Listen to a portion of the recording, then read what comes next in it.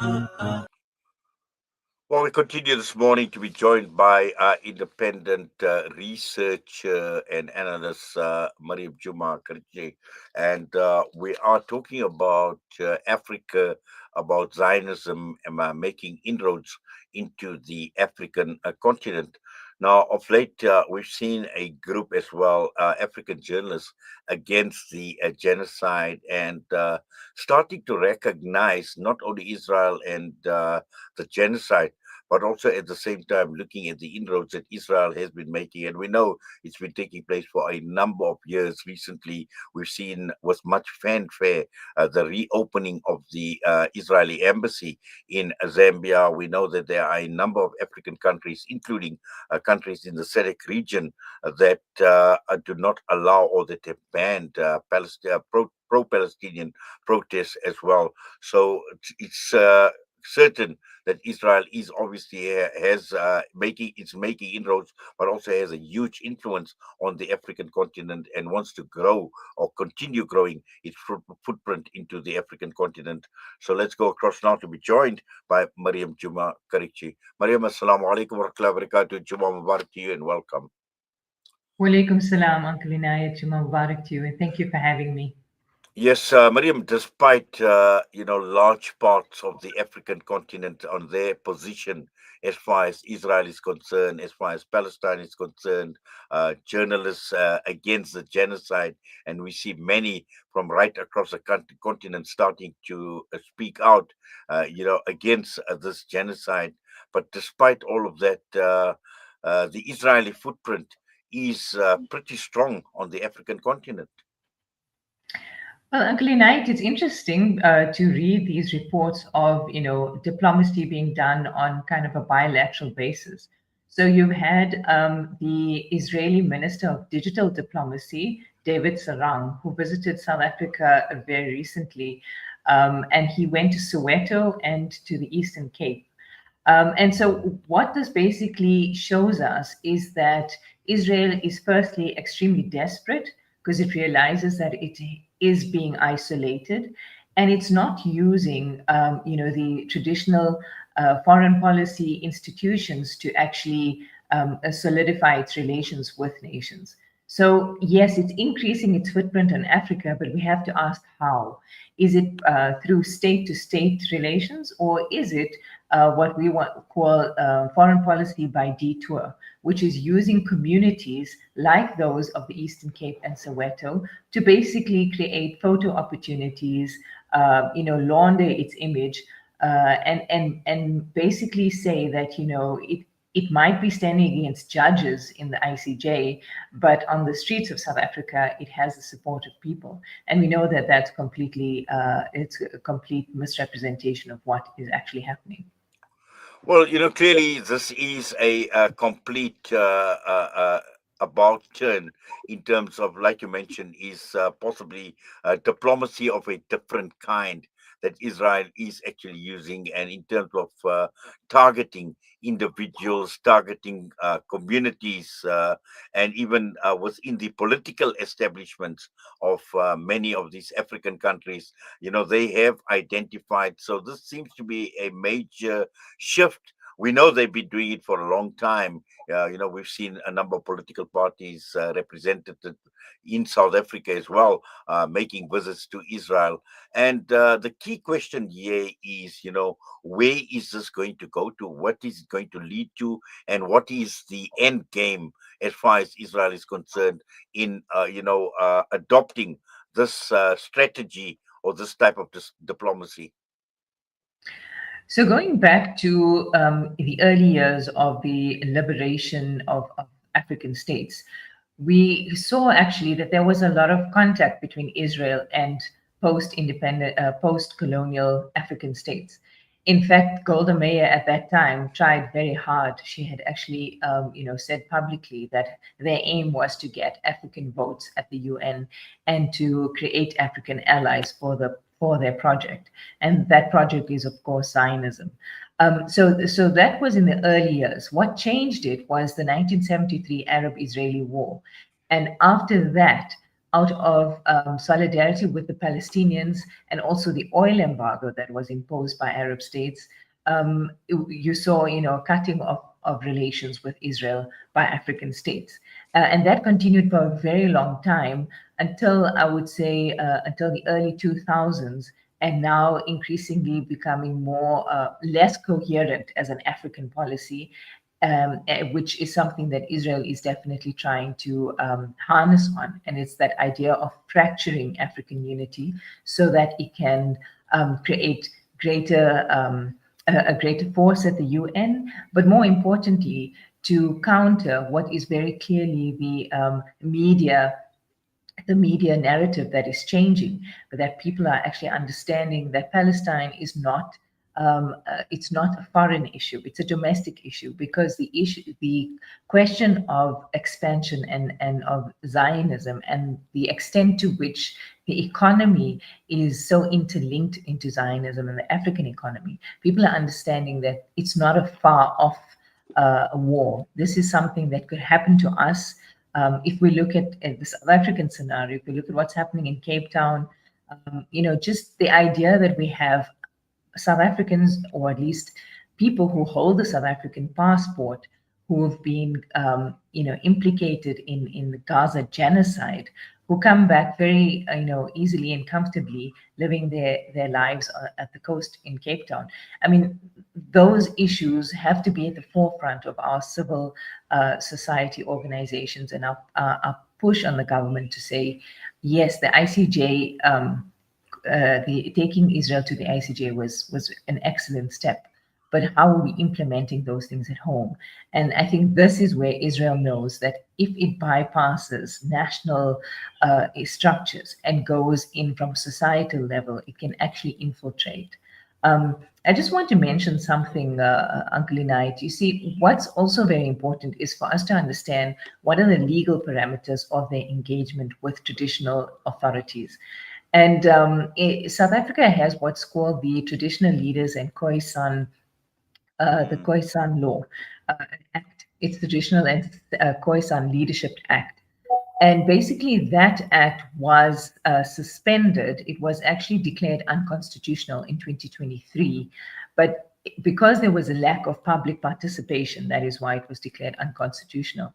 But in 2025, which is earlier this year, that unconstitutionality was suspended, which means that the act itself is still in play. And what does that act allow? That act basically sets out powers and responsibilities of traditional authorities.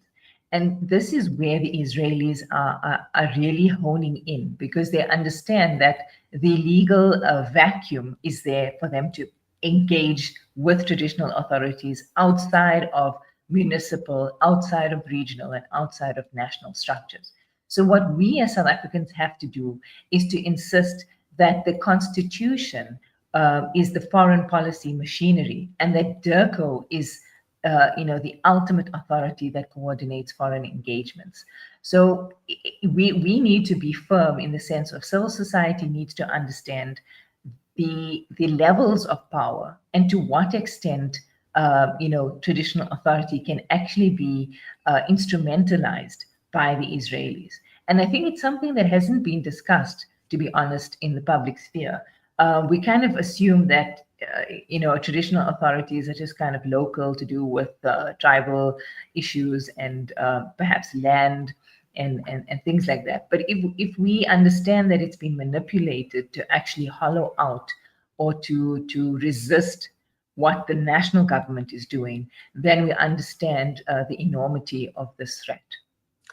Well, certainly, and I think it's very, very interesting that when you speak about manipulation, because we know the Zionist entity are masters at manipulation, and they know exactly strategically how they need to actually place themselves. And once again, as you mentioned, there are gaps, and those gaps are important to actually close off, because if we don't, we're going to do it at our own peril, because this is where the inroads are actually going to be made, and more, as you mentioned, at community level, at grassroots level. And they've seen that years and opportunity, and they will obviously take full advantage in terms of grabbing this opportunity with both ends. And before we know what's happening, like you mentioned, fractured, disunited, and this will have an impact right across the entire continent.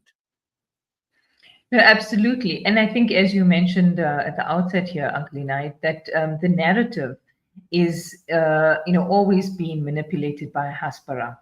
And one of the things that was stated in an article about this David Sarang's visit to South Africa was that it suggested that South Africa was one of the most friendly African countries towards Israel, when in fact that's a complete lie, actually, because the Pew June 2025 24 country survey actually shows that South Africa is one of the unfavorable countries towards Israel, and that it's Kenya and Nigeria that actually have a top spot in terms of their relations with Israel. So South Africa isn't amongst the favorable exceptions, and it is clearly, resistant to the overtures made by Israel. So you can understand that even by manipulating something as glaring as a factual survey, the Israelis are desperate, the Zionists are desperate.